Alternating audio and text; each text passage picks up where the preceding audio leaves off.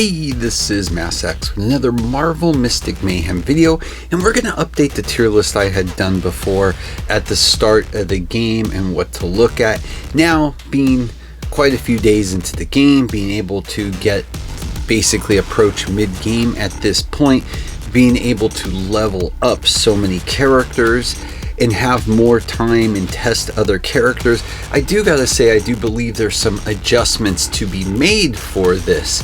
So looking at that S tier, the first thing I see, and the character that I absolutely still love, is Armor, but I don't think Armor should be in S tier. Is it an amazing character, especially early on in the game? I do. Do I still think the character is really good in mid-game so far? I do. But I definitely don't think that character is an S tier. Now, going through the rest of the S tiers, I don't think Scarlet Witch or Doctor Strange or Thor or Emma at all move. I think they're all S tier characters. When I look at Psylocke though, as good as she is, I think I have to tier her down to A. She's still phenomenal. I use her a lot, but I don't think I could give her the S tier because of certain limitations in certain team comps, where my S tiers I can usually put into any team comp or a significant amount and they still can be productive. One of the major changes I would move on from A is Iron Man. There's no doubt in my mind this character is an S ranked character. I've been using Iron Man a lot and his skill set is very effective. I use him in all sorts of team comps, and I do have to say he is an incredibly solid character. Going back through A, when I look through this at this time, I don't know if there's any other changes I would make at the moment. What I would definitely do is moving from B to A tier is Juggernaut. I think Juggernaut is gaining some traction. I think the character is definitely more of a mid-game character than it is an early game character. I'm not sure if I would put Juggernaut anywhere close to S tier at this time, but I think Juggernaut has a lot of big pluses for that character. Another one that I would probably move from B tier to A tier is Echo. I think Echo is incredibly a good character, and especially if built and used properly is very effective. Out of the rest of them, I know people like Spider-Man to a certain degree, not to S tier. I'm still not sold on Spidey yet. As I look at the rest of these, I'd probably move Falcon down even further. I'm really bummed. I just don't think the character functions that well, at least at this time in the game. I think it needs some tweaking to its skill set to actually work effectively. When I look at the rest of the A tier though, I think Sentry is right there at the upper echelon of A. Moon Knight, I would probably, is starting, the farther I get in the game, hover more between A and B, probably low A for Moon Knight. I think I don't know, something with that character. I'm still working on using it, but I'm just not sold on it.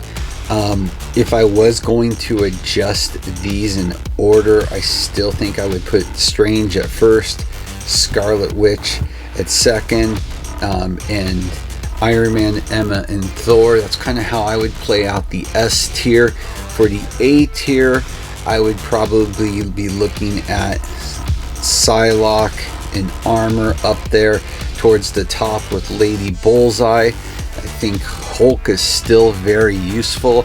I would probably move Sentry up there and should be up there with the upper echelon of A. Sentry's turning out to be very good. Angela is falling off a bit for me. I'd probably have Angela towards the end of the A tier.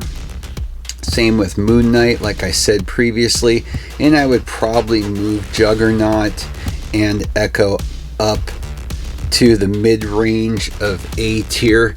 And then, of course, B and C.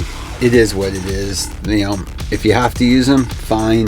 Thankfully, we can reset our characters for the first 30 days for free, which is a big bonus to really try out things. But again, not a ton of movement, but I do think the shining stars that are coming out, of course, is definitely Sentry, in my opinion. I think there was no doubt that Psylocke and Lady Bullseye were going to be good, and they're just proving how strong they are. Once you have a chance to use Storm, I think you'll appreciate the character more. The AoE that character does in certain areas of the game is incredibly useful. I think Echo is one of those characters that is gonna always be good. She could go a little higher. I don't know how she's gonna handle later game content right now, so I'm not sure. And I have a feeling, my gut tells me Juggernaut late game is gonna turn out to, his value is gonna go up as late game progresses. And that, to again, right now we're in the early phases of the game. When we hit that late game, we're gonna really see who stands out, especially the 2 stars. That's gonna be the biggest thing that will be interesting to see, that what 2 stars really hold, and if any of the lower echelon tier stars turn out to be more useful late game because of something in their skill set that maybe isn't necessary right now with particular team comps that we're using. But for right now, this is where I would kind of think the game is settling at the moment. Let me know your thoughts, what you think. Again, tier lists are completely subjective, and this is all based on my own gameplay, what I see people talking about, as well as just how I feel from seeing those transitions from early to mid game as I build these up. I'm sure once we have our characters fully built, again, I'm about to hit 41, so that's going to help a lot, opening up some more. We're really going to see who is going to be the ultimate shining stars. So with that, as always, please like and subscribe. It helps a lot. Have a great day.